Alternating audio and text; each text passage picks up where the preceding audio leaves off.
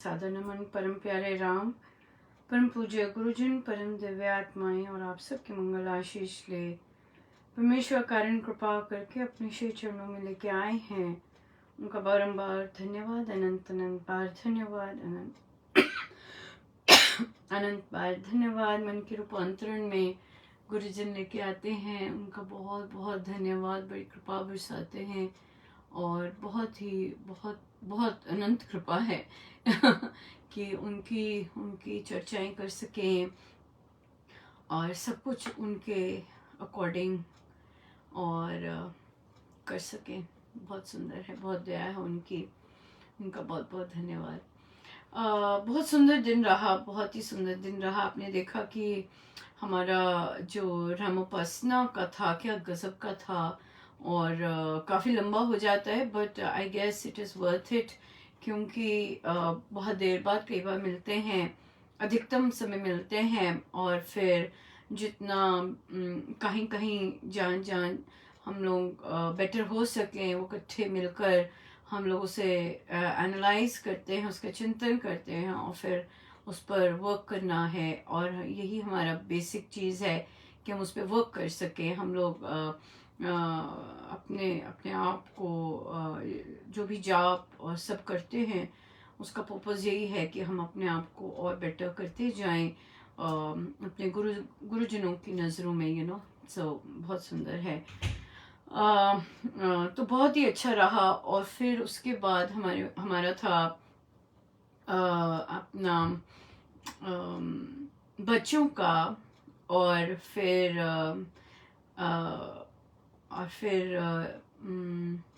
श्री अमृतवाणी जी बहुत सुंदर कर रहे हैं। और सबसे प्यारी बात है, एक दूसरे के साथ मिलके करते हैं तो बहुत सुंदर करते हैं, बहुत ही ज़्यादा सुंदर करते हैं। और यहाँ जो अमृतवाणी सीख रहे हैं और जब वे अमृतवाणी गाते हैं, ये इस सत्संग में बहुत विशेष बात ये रहने वाली है कि जब ये साधक अमृतवाणी जी गाते हैं, आपको ध्यानस्थ होते देर नहीं लगेगी, क्योंकि मैं नोटिस कर रही हूँ कि जिन साधकों ने निष्काम भाव से बहुत सुंदर सेवा की है और जाप भी बहुत ज़बरदस्त करते हैं, क्योंकि रामोपासना में जो साधक बुक क्लब्स लेते हैं या रामोपासना लेते हैं, महाराज ने उन्हें यूं ही नहीं चुना हुआ, तो उनकी साधना भी बहुत सुंदर है और जाप में भी, और अपने रूल्स और सब कुछ बहुत ज़्यादा रियली सुंदर है। मैं वैसी नहीं हूँ। मैं तो जैसे महाराज बोलते हैं ना, कथावाचक पर वो वाला मेरा तो यहाँ पे काम वो है। बट ये जो लोग हैं, ये जो साधक हैं, दे आर रियल साधक, रियल उपासक। और आप अमृतवाणी सुनते हैं और ध्यानस्थ एकदम ध्यान में लेके जाते हैं। सो इतनी मेहर दिख रहा है कि ऐसे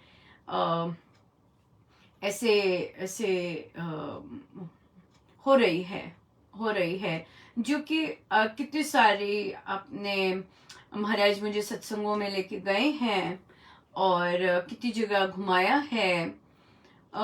इस तरह से नहीं मिलता कि जहाँ आप अमृतवाणी जी सुने और आपका इंस्टेंट ध्यान लग जाए। या अगर चलते रहे जैसे चल रहे हैं और झुके रहें और जैसे महाराज सेवा दे रहे हैं वैसे करते रहें, तो फिर definitely it's going to be just beautiful, बहुत ज़बरदस्त ब्यूटिफुल। भाव भी बहुत सुंदर होते हैं। और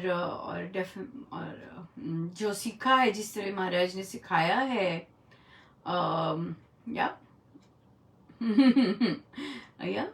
कोई भी सिंगर नहीं है। अगर आप जो साधिकाएं तैयार हो रही हैं, आप उन्हें विदाउट हारमोनियम सुनेंगे 95% बिना हारमोनियम के सुर में नहीं है, बिना हारमोनियम के सुर में नहीं है, किंतु महाराज ने उन्हें चुना है और उनसे लेनी है सेवा इस तरह की, और वे कर रही हैं। बहुत ज़बरदस्त बहुत ज़बरदस्त, बहुत सुंदर है। सो ये था ये ऑब्जर्वेशन, और मुझे लगा कि महाराज के श्री चरणों में यहाँ अर्पण महाराज ही चाहते, तभी तभी उन्होंने दिखाया और नोटिस करवाया, और फिर वे रेडी थे कि कैसे उन्होंने किस तरह के साधक तैयार हो रहे हैं और किस तरह की साधिकाएं हुई हैं। मात्र नरेशन, मात्र गाना ही नहीं है ये सब, या मात्र सीखा नहीं है। ये जो साधिकाएं सीख रही हैं, ये रियल, ये प्रैक्टिसिंग साधिकाएं हैं, जिन्होंने स्वामी जी महाराज की टीचिंग्स को अपने जीवन में उतारने का भरसक अभ्यास कर रही हैं। ऐसे ही नहीं है, खाली नहीं है, खाली नहीं है कि मैं बजा लिया या शौकिया नहीं है, ये शौकिया तो है ही नहीं, क्योंकि इन सब ने कोई सोच भी नहीं सकता था हम कभी गाएंगे या हम कभी बजाएंगे, कोई नहीं सोच सकता था। एक आध की इच्छा हुई होगी कोई, वही मैंने 5% वाला रखा है ना, बट बाकी तो जो है किसी ने सपने में भी नहीं सोचा था कि वे कभी गा के हारमोनियम वो भी, और फिर लीड करेंगे। नो, कोई नहीं ऐसा। नो, महाराज ने दिया गिफ्ट, ये बहुत जबरदस्त गिफ्ट है उनका, और किया है इजी नहीं है, आपको याद होगा, इजी नहीं है। नहीं, यही सुनना पड़ता है। नहीं, अभी हमारी उच्चारण की चल रही है, और वहां पे भी नहीं नहीं नहीं, फिर से नहीं नहीं, यही चल रहा होता है तो आसान नहीं है, बिल्कुल भी आसान नहीं है। और पर प्रैक्टिसिंग साधना है, प्रैक्टिसिंग साधना है कि वो भी ऑनलाइन, ऑनलाइन स्वयं, और मेरे जैसा जो सिर्फ जिसे सुरों का बिल्कुल पता नहीं है, तो मुझे बोलेंगे दीदी एम एम मा प प, मैंने कहा रुक जाओ भाई, कुछ वहां पे दूसरा वाला गलत था, मैं भी वैसी, तो इसलिए बहुत जबरदस्त कर रहे हैं, और बहुत अच्छा लगता है at the end of the week पे सुनना कि महाराज क्या क्या क्या क्या लाने वाले हैं। बहुत ज़बरदस्त, बहुत सुंदर है, बड़ी कृपा है, बहुत कृपा है। May 20th, बिफोर मैं आगे चलूँ, May 20th पूज्य श्री महाराज जी का विदेश में पहली बार उन्होंने अपने चरण रखे, और भी May 20th को बहुत बहुत सुंदर सुंदर हैं, पर इस समय तो वही है कि विदेश में पहली बार May 20th को उन्होंने अपने श्री चरण रखे थे, और हमारा जप यज्ञ भी May 20th को उसकी पूर्णाहुति है। हम May 20th को बहुत सारी साधिकाओं का छुट्टियां भी चल रही हैं, so I guess it should be okay. अखंड जाप 24 आवर्स का रखेंगे, और लिस्ट बाहर आ जाएगी अभी साइन अप के लिए, सो साइन अप कर दीजिए। बिना साइन अप के भी बैठ सकते हैं, जितनी मर्जी देर बैठना चाहें, सारा टाइम बैठ सकते हैं, पर हम ड्यूटीज़ तो फिर भी लगाते हैं, कई एक आध चीज़ की लगेगी बस, दैट्स इट, वरना बहुत सुंदर रहेगा। तो May 20th रखेंगे हम सेलिब्रेशन, 24 आवर्स का 24 आवर्स का जाप, और और कुछ तो मई में और कुछ नहीं आता, जून में देखते हैं, पर और कुछ करना चाहें तो देख लेंगे, अभी दिन है वैसे तो, बट मैं अभी तो यही है कि अखंड जाप रखेंगे। प्रश्न आया 2-3 ऐसे प्रश्न कंबाइंड थे एक्चुअली। तो एक साधिका जी, इनका काफ़ी आता है प्रश्न, आते हैं। यहाँ पर देवरानी जेठानी, जो जेठानी हैं, उनका बिहेवियर बहुत डिफरेंट है। और जो देवरानी हैं वे रामोपासना करके रूल्स के अनुसार चलती हैं, गुरुजनों के रूल्स के अनुसार चलती हैं। और अब आपको याद होगा ये बच्चों का भी था इसमें। और हमने यहाँ पे बात की थी कि साधिका जी को कहा था कि रिकमेंडेड था कि आप बच्चों को उनके बच्चों का टिफिन ना बनाया करें। आपको कईयों को कई रिकलेक्ट कर सकेंगे इस तरह की कि भी दूसरे के बच्चों, जहाँ इतना टॉक्सिक इन्वायरमेंट होते, दूसरे के बच्चों को टच नहीं करते हैं, क्योंकि बच्चों के बहुत सेंसिटिव केस होता है। और तो जब इस बार चर्चा हुई, क्योंकि कोई इंसिडेंट घटा, तो उन्होंने बताया कि उन्होंने कुछ ही दिन किया था, फिर वापस वे वही करने लग गई थी जो वो करती थी, बच्चों की टेक केयर, टिफिन बनाना, पॉटी साफ करना। तो दिस वाज ऑल। तो उन्हें बोला कि हम खुद ही अपने ऊपर जंजाल लेके आते हैं। हमें महाराज बार बार समझा रहे होते हैं, जो कदम उठाया है उससे पीछे नहीं हटना, पर हमें समझ नहीं आती है। वो मुझे कहे नहीं, अनुपमा बेचारा 5 बजे आता है, बाहर रह के उसकी पॉटी रखी होती है, तो मैंने कहा नो वे। उसके मम्मी पापा, बच्चा बड़ा हो गया, पॉटी ट्रेन नहीं कर सके, आप उसका पॉटी। और जब उन्होंने अपनी जेठानी को ऐसे बोला, तो जेठानी कहती है तेरे कर्म ही ऐसे हैं जो तेरे को दूसरों के बच्चों की पॉटी साफ करने को मिल रही है। लो जी। मैंने कहा ये तो महाराज ने फिर दिलवाना ही था, जब आप कहना नहीं मान रहे उनका कि मना किया है नहीं करना, और आप फिर करते जा रहे हैं। कुछ भी नहीं उन्होंने वो किया। और इस बार उनको ऐसों को महाराज ही फिर किक मारते हैं जब उन्हें समझ नहीं आती और बार बार ऐसा करते हैं। वे अपने जेठ जी को खाना परोस रही थी, जबकि उन्हें मना किया है कि भोजन नहीं है इस तरह से करना। तो उन्होंने कहा मेरी टर्न्स है। मैंने कहा आप स्ट्रिक्ट नहीं होते अपने साथ, आपने जो निर्णय लिया आप उस पर जाते नहीं हैं। तो अब बोल दिया जेठानी ने कि मेरे पति को मत सर्व किया करो। अब वो कहती है अब नहीं मैं करूंगी। मैंने कहा लो फिर उनसे पहले सुन लेती और तो बाकी नहीं सुनते तो। और भी हुआ, बच्चे को उन्होंने गलत शब्दों से एड्रेस किया, देवरानी के बच्चों ने। बच्चे ने जाके दादी को बताया, दादी कहती है मत जाया कर उसके पास। बच्चे ने जाके पापा को भी बताया, मम्मी को नहीं बताया। तो घर में देवरानी जी के पीहर के लोग आए हुए थे किसी काम से, तो इन्होंने मैसेज भेज दिया। इनको पता लगा तो इन्होंने मैसेज भेजा कि बच्चों को ऐसे शब्दों से मत बोला कीजिए। वो आ गई, उनकी तबीयत खराब थी, उन्होंने कहा रखा था, पर वो आ गई तिल में मिलाते हुए। नीचे आके कहती हैं कि मेरा मन करता है कि मैं तेरे को खींच खींच थप्पड़ मारूं। इतना कुछ सुना, कितना कुछ सुना हम। और फिर उन्होंने वही जो बच्चे को बोला था, फिर उनके सामने उन्हें बोला तेरा बच्चा ये बनेगा, तेरा बच्चा ये होगा, ये है, ये है, ये है, ऐसे।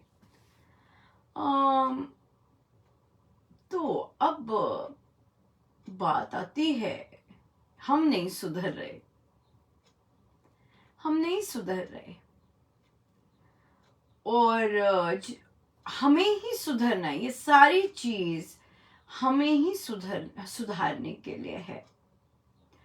स्वामी जी महाराज ने प्रवचन पीयूष में हमें बोला है, एज हिंदू एज इंडियंस भी बोला है कि ये जागृत कौम नहीं है, जगी भी नहीं है।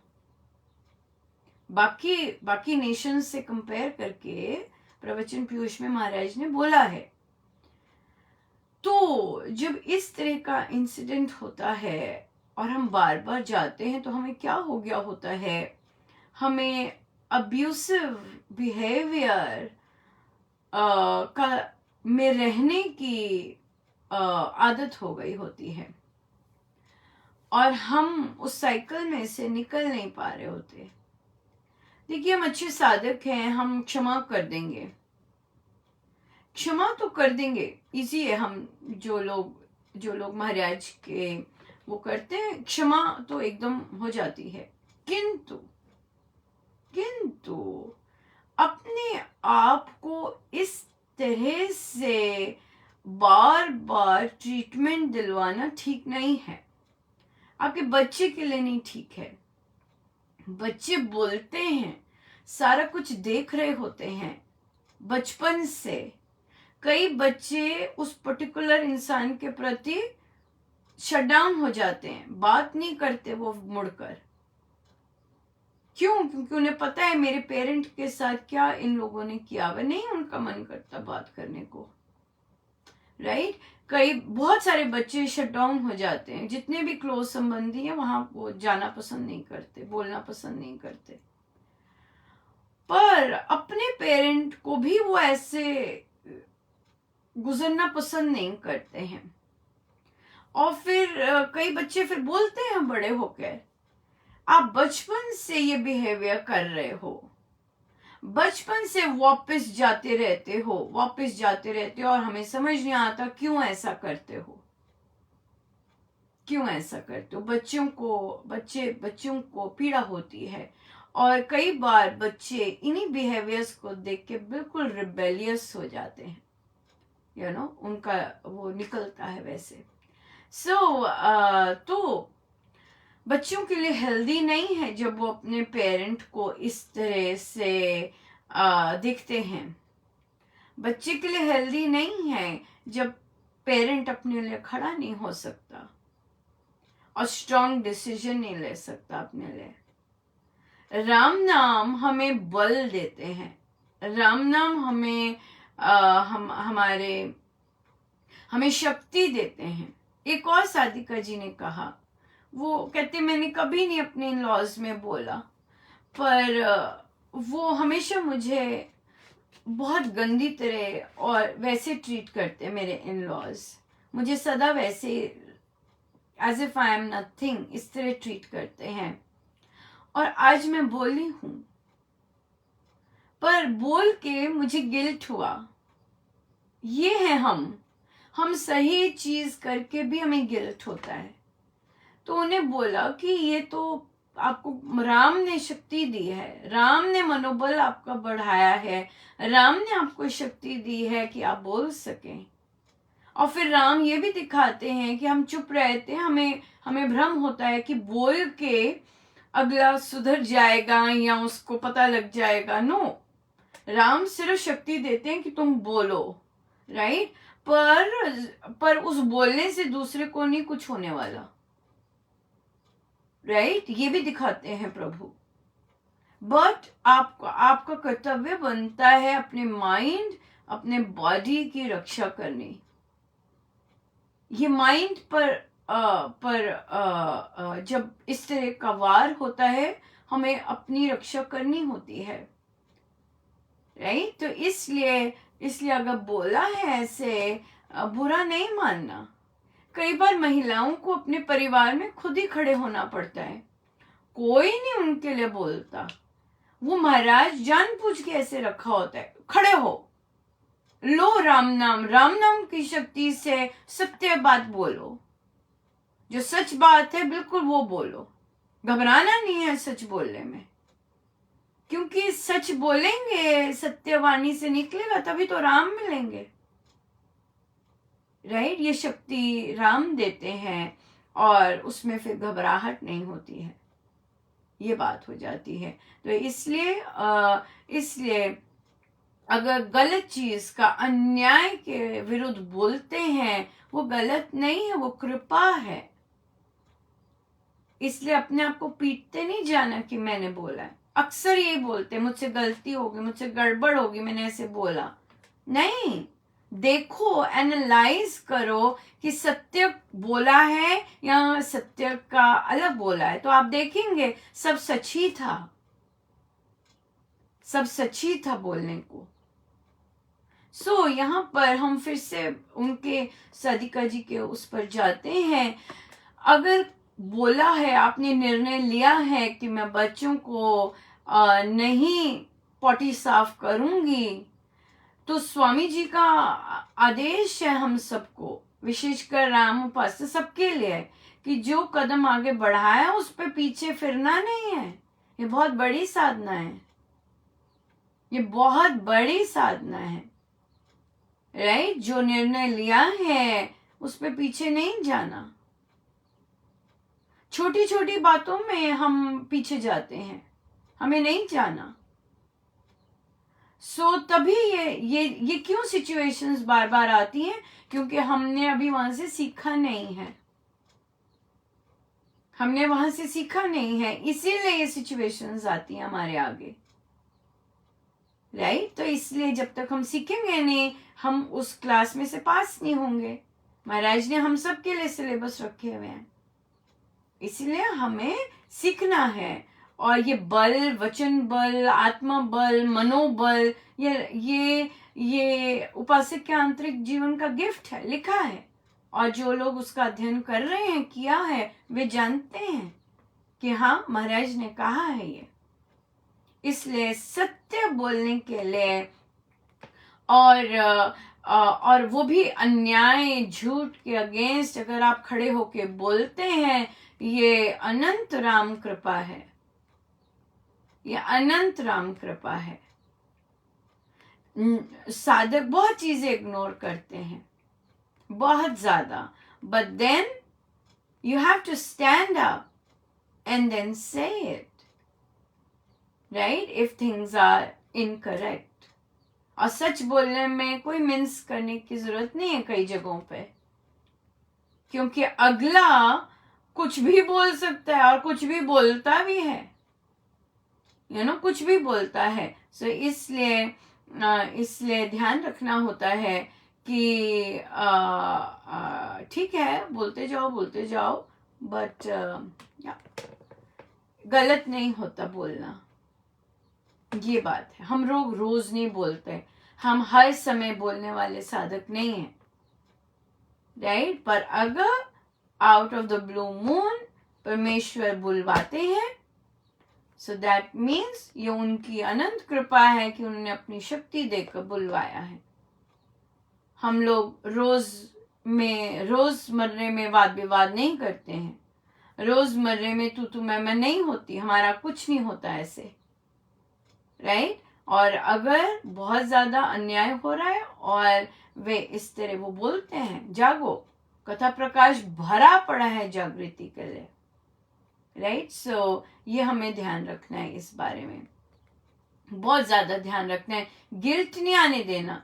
अच्छे काम करते हैं, इस तरह का शूरवीर का काम होता है इस तरह बोलना, तो घबराना नहीं होता, महाराज को धन्यवाद देना होता है कि आपने मुझे कितनी हिम्मत दी ऐसे बोलने के लिए, राइट? ये चीज होती है। दो डिफरेंट जगह से ये वाला प्रश्न आया था, तो मैं ये लूंगी, क्योंकि एक जगह से आता है तो मैं वेट कर लेती हूँ। ये प्रश्न आया सावित्री पाठ के लिए, जो कि जिसे हम गायत्री मंत्र भी कहते हैं। वो पेज नंबर 430 समथिंग पे है। तो साधिकाओं ने कहीं से सुना और पूछ रही हैं उनके लिए कि क्या है ये, इसकी महत्ता बहुत है, हम करें, ये सब है। उन सब के लिए एक ही आंसर है। फर्स्ट पेज, भक्ति प्रकाश जी का फर्स्ट पेज, स्वामी जी महाराज का फर्स्ट पेज, हाँ, मंगलाचरण, वो जीवन में उतार लें, वो जीवन में उतार लें, वैसे भाव बना लें अपने रोम रोम में। 438 पेज अपने आप आ जाएगा, मात्र फर्स्ट पेज। रोम रोम पुलकित कर लें उस फर्स्ट पेज से। 438 पेज, सेटिस्फाइड, राइट?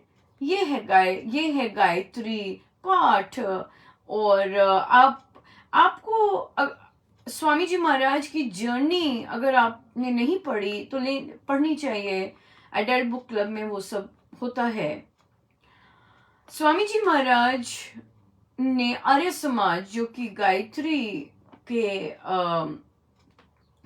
पाठ जिसका मेन रहा है, उसके दीक्षा गुरु भी रहे थे। वो वहां की गायत्री की दीक्षा देते थे, पर उसके बावजूद भी उन्हें कुछ मिसिंग लग रहा था, और उसके लिए उन्हें डलहौजी तक जाने की यात्रा करनी पड़ी। क्योंकि दीक्षा गुरु होते बहुत बड़ी बात है। आप दीक्षा दे रहे हैं उस मंत्र की, आप दीक्षा गुरु हैं। आर्य समाज में कितनी टॉप मोस्ट आपका वो है, but still there is an inner calling, और उस इनर कॉलिंग की तरफ महाराज चलते रहे, रुके नहीं, क्योंकि अंदर से उनको सेटिस्फैक्शन नहीं थी।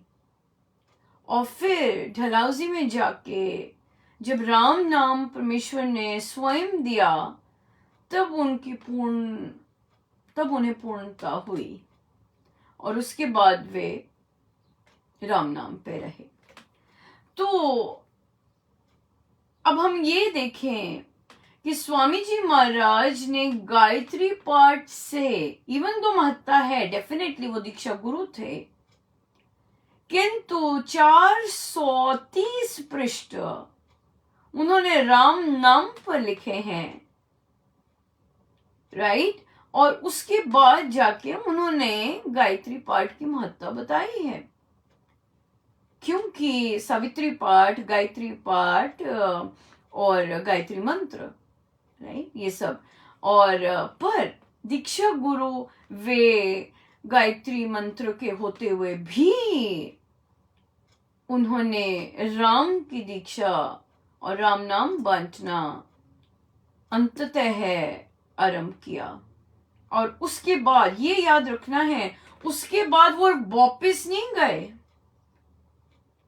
ये संत की जर्नी थी, और उसका वे कृतज्ञ हैं, क्योंकि जो एक साधक के जीवन में जर्नी आती है, पड़ाव आते हैं, उसके लिए वे धन्यवाद होते हैं सदा सदा।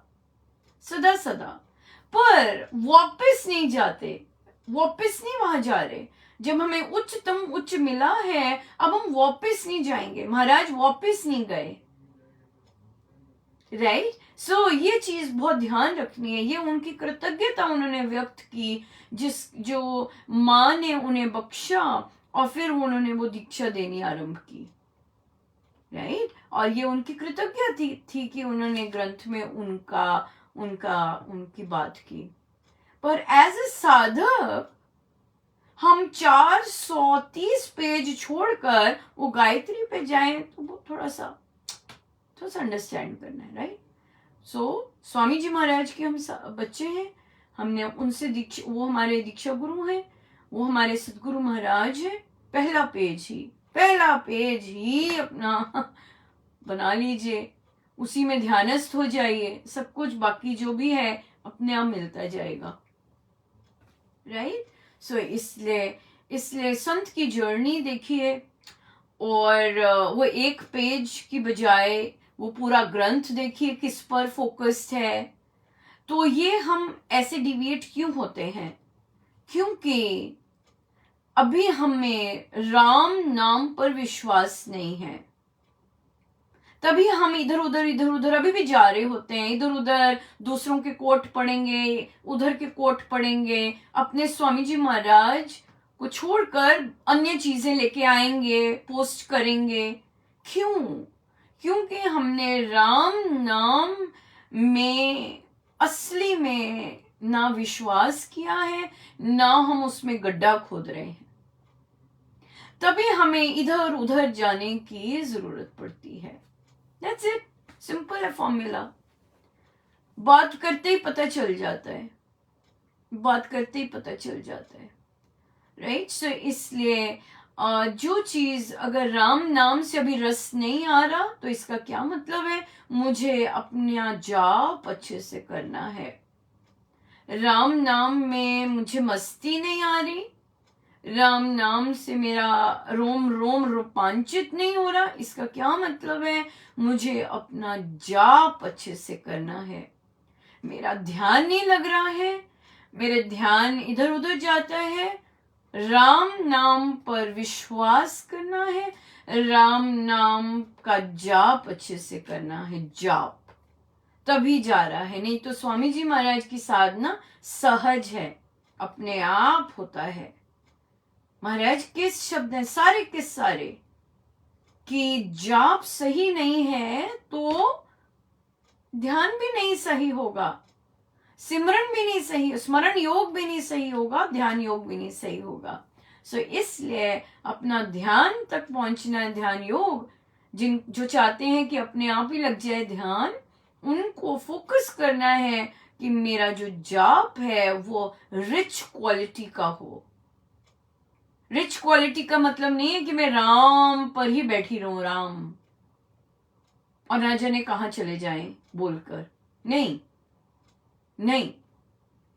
अगर हम, महाराज ने बोला है जो हमारा नियत हमने रखा हुआ है अपने लिए, वो तो औषधि के रूप में गड़गड़ गड़गड़ गड़गड़ करके करना है, उसमें आप ढील नहीं दे सकते।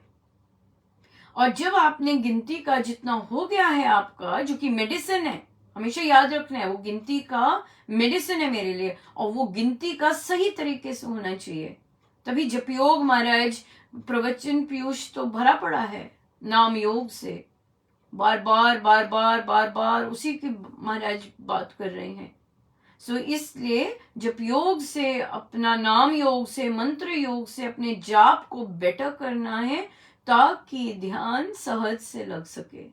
सहज वर्ड है, जो चीज सहज नहीं हो रही, इसका मतलब मेरा जो जाप है ठीक नहीं चल रहा, राइट। मेरा जाप ठीक नहीं चल रहा, इसलिए सहज नहीं हो रहा।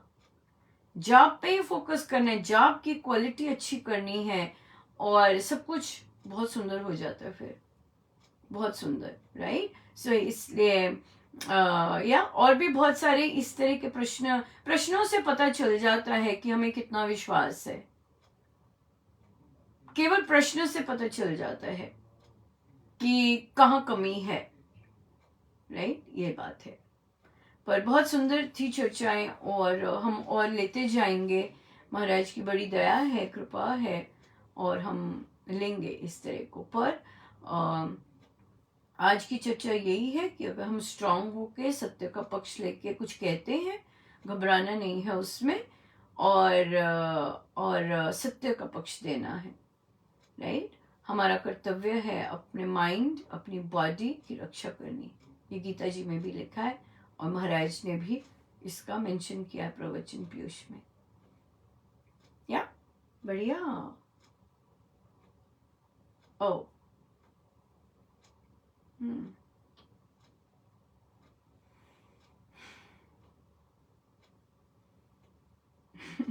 मैंने देखा कि मेरा रामायण जी का ग्रंथ नहीं है इधर, और अब मैं जो उठना पड़ेगा लेकिन अच्छे से नहीं।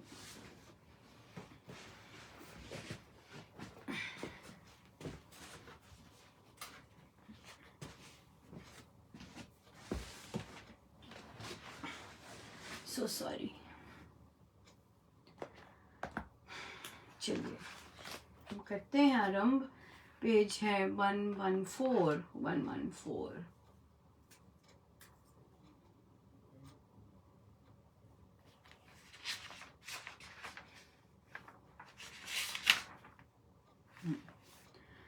परस्पर विमर्श कीजिए, कहो निर्णय निज अभी, पंचों के विचार मत में भूल भ्रम ना हो कभी। पंच मत के मेल से जो काम होवे हो भले, पंच में परमेश्वर रहता लोक उक्ति यही चले।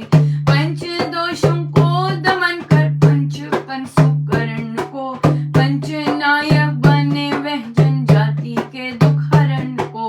ओ सम्मत यदि सबके राम भुवनाइए, जरा जीना जठ जन के क्लेश कष्ट मिटाइए।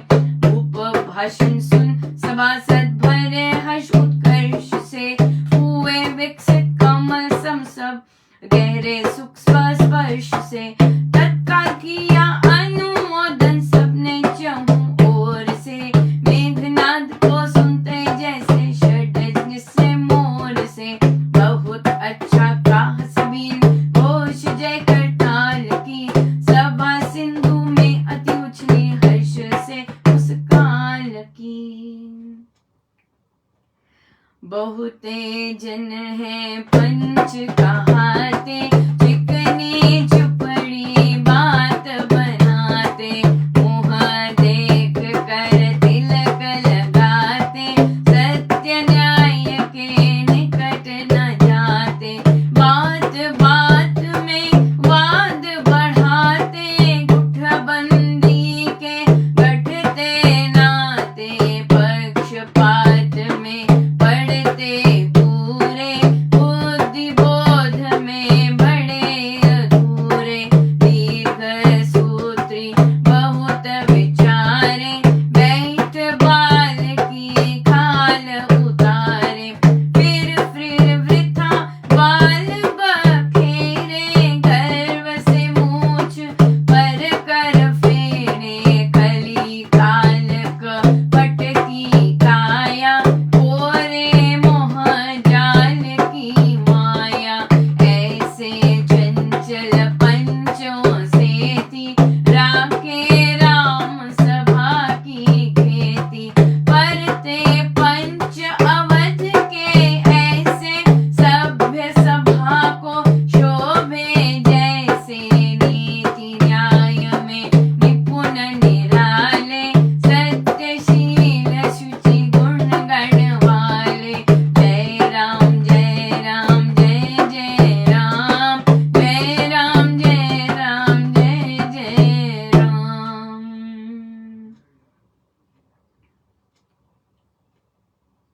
अनुमोदन करके नहीं, अनुमोदन करके सभी मुख्य पंचमती मन, ग्राम नगर के प्रतिनिधि सेना के गुणवन।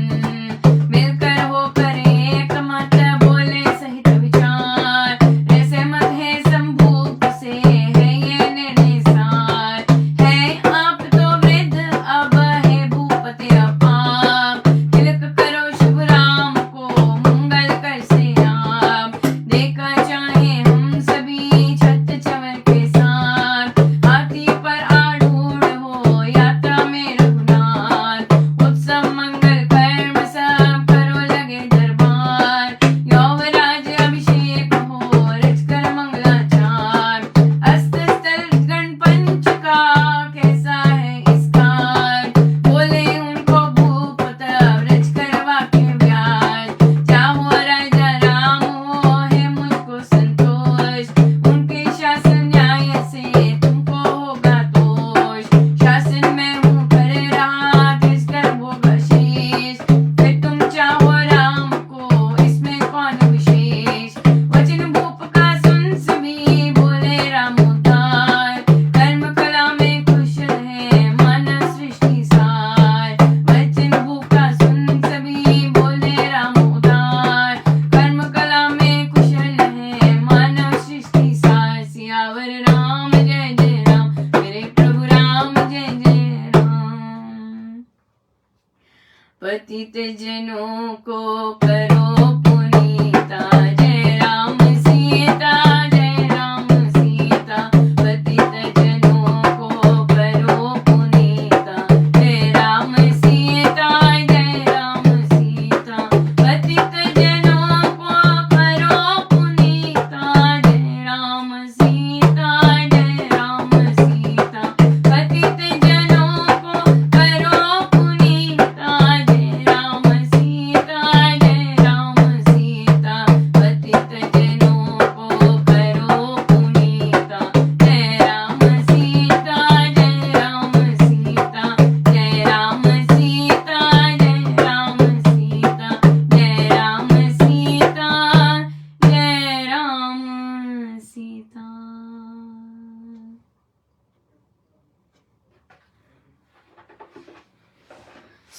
हमें पता है राजा दशरथ जी ने तत्काल ही पंचों की बैठक बुलाई और फिर सो यहाँ पे महाराज पंच की महत्ता बताते हैं। पंचमत के मेल से जो काम होवे हो भले, पंच में परमेश रहता लोक उक्ति यही चले। पंच दोषों को दमन करके पंच पंच सुकरण को पंच नायक बने वह जन, जाति के दुख हरण को। सो राजा दशरथ ने पंचों के आगे रिक्वेस्ट रखी और उन्हें कहा कि अगर आपकी सबकी सम्मति हो तो राम को राजा बनाइए और सबके कष्ट क्लेश मिटाइए। इस तरह से उन्होंने बहुत हर्षित हुए पंच ये सब सुनकर और बहुत आनंदित हुए और जय जय नाद बजे। अब महाराज ने पंचों की जो रेगुलर पंच होते हैं उनकी बात की है। फिर राम राज्य और अवध के कैसे पंच थे उनका कंपैरिजन किया है। कहते बहुत लोग हैं जो पंच कहलाते हैं ना, जैसे छोटी सी भी जगह ले लीजिए, बड़े लोग सब मिलके बात करेंगे, संस्थाएं ले लीजिए, बड़े लोग आपस में जो बड़े बड़े हैं वो बात करेंगे इस तरह। अब कैसे होते हैं वो लोग, चिकनी चुपड़ी बातें बनाएंगे, हाँ, एक दूसरे को बड़ा बड़ा कहेंगे, फॉल्स बड़ा बड़ा कहेंगे, यू सच नहीं होता। वो मुंह देख कर तिलक लगाते हैं, कौन किसका पैसा है और कौन कितना इन्फ्लुएंशियल है, हाँ, कितनी पॉपुलैरिटी है, कितने लिंक्स हैं, उस हिसाब से तिलक लगता है। गुटबंदी की बात होती है, वाद विवाद की बातें होती हैं। पक्षपात बहुत इंपॉर्टेंट है। पक्षपात सारे वो गुट कर लेते हैं जो कि जैसा हम चाहते हैं वैसा वो पक्षपात जैसा करते हैं, वैसा पक्षपात बहुत भारी होता है। इसमें बुद्धि बोध में बहुत अधूरे होते हैं। बुद्धि बोध क्या मतलब इस बात का, सही निर्णय, राम को जो निर्णय पसंद है, अगर हम और अगर और सत्संगों के लिए जो निर्णय सही हैं उसमें सत्य का पक्ष नहीं देते, उसमें पक्षपात का पक्ष देते हैं। पक्षपात हो इस तरह का पक्ष देखेंगे, पार्शियलिटी हो, कौन से गुट में है, गुटबाजी करेंगे, राइट, और फिर उस तरह का निर्णय लेंगे। बहुत लंबे लंबे विचार, हम अभी विचार विमर्श कर रहे हैं, राइट, और लंबे लंबे डिसीजंस बहुत लंबे लंबे लेते हैं, निर्णय नहीं देते जल्दी, दीर्घ सूत्री विचार, बात की खाल उड़ाते रहते हैं, हम जानते हैं ऐसे। फिर वृथा बाल बखेरे, गर्व से मुंह छुपर कर फेरे। जो टॉपिक होता है वो डिस्कशन में नहीं आता, इधर उधर की बात होती है और फिर उसमें अपना वो करते हैं। सो महाराज ने कहा कली काल कपट की काल, मोह जाल की माया है सारी सारी। यहाँ पे एक बहुत सुंदर, मुझे बहुत मेरे हृदय को छू गई थी बात। स्वामी जी महाराज ने प्रवचन पीयूष में मेंशन किया, नहीं ये कथा प्रकाश में थी लाइन। महाराज कहते कली काल को रोते रहते हो, हाँ कलयुग है, सारा अपने जो गलत काम है कलयुग पे मर देते हो। तो महाराज कहते कि हमें तो ऐसा होना चाहिए कि कलयुग में हम ऐसा बीजारोपण करें कि उसका प्रभाव डिफरेंट हो जाए। ये महाराज ने कथा प्रकाश में मेंशन किया हुआ है। बहुत लोग कलयुग आ गया, कलयुग है तभी ऐसा है। नो, हमारा अपना डिसीजन है कि मैंने कलयुग की तरह सोचना है या मैंने अपने गुरुजनों की जैसे वो सिखा रहे हैं वैसे सोचना है, या मेरे राम की तरह सोचना है। कैसे सोचना है मैंने, ये हम सब का निर्णय होता है। हम परिस्थितियों पर अपने निर्णय बेस नहीं कर सकते, वो गलत बात है, राइट, गलत बात है। तो इसलिए स्वामी जी महाराज की सोच देखिए कितनी जबरदस्त है। परिस्थिति, अगर कलयुग आया हुआ है तो परिस्थितियों को नहीं दोष देते, ओ यहाँ होता ही ऐसा है अब हम ऐसे ही बन जाएं, नहीं, वो कहते नहीं, अपना चयन करो, कलयुग है तो सब लोग गलत काम कर रहे हैं, तुम अपना बीजारोपण अच्छा करो, तुम्हारा निर्णय अच्छा होना चाहिए, राम राम के अलाइनमेंट में होना चाहिए, गुरुजनों के अलाइनमेंट में होना चाहिए। सो यहाँ पे इस तरह से, राइट। सो पर यहाँ पे महाराज ने कहा कि अवध के पंच निराले थे, सभ्य सभा जैसी होती है वैसे थे, नीति में निपुण और न्याय में निपुण और सत्यशील गुणगण वाले, सत्यशील गुणगण वाले, राइट। तो इस तरह से ये चीज अवध में थी। तो अब सबने एक मत होके बोले कि हम आपसे सहमत हैं कि अब आप वृद्ध हैं और आप राम का तिलक कीजिएगा, और हम भी राम को छत्र में के नीचे देखना चाहते हैं, अभिषेक हो, राम का अभिषेक हो, और तो कहते अब मुझे संतोष है कि आप भी यही चाहते हैं, और तो अब मुझे बताओ कि क्यों चाहते हो, आप रीजन बताओ मुझे, है ना। राजा पूछते हैं कि मुझे बहुत अच्छा लगा आप भी चाहते हैं, पर क्या है आपके रीजन, वो हम कल देखेंगे। बड़ी दया है प्रभु की, कितना सुंदर। अब फिर कल हमें प्रभु के गुणों की फिर से चर्चा होने जा रही है, कितनी सुंदर बात है। हम यात्राएं लेते हैं, राइट। हो सकता है बहुत तीर्थ धामों की यात्राएं लेते हैं, अयोध्या की यात्रा लेंगे, मिथिला की यात्रा लेंगे। किसी ने कहा महाराज वहां वहां गए, अब हम वहां जा रहे हैं, बहुत सुंदर है, जाइए कीजिए। एक चीज का याद रखिएगा, जब आप जाते हैं कहीं भी, आपके अंदर क्या रूपांतरण आया। आपने ये यात्रा ली फिजिकली जाके, राइट, क्या रूपांतरण आया वहां से, या सिर्फ यात्रा ही थी। ये चीज बहुत इंपॉर्टेंट है। हम रामायण जी की यात्रा ले रहे हैं, राइट, हम रामायण जी का एक एक एक एक एक एक करके ले रहे हैं।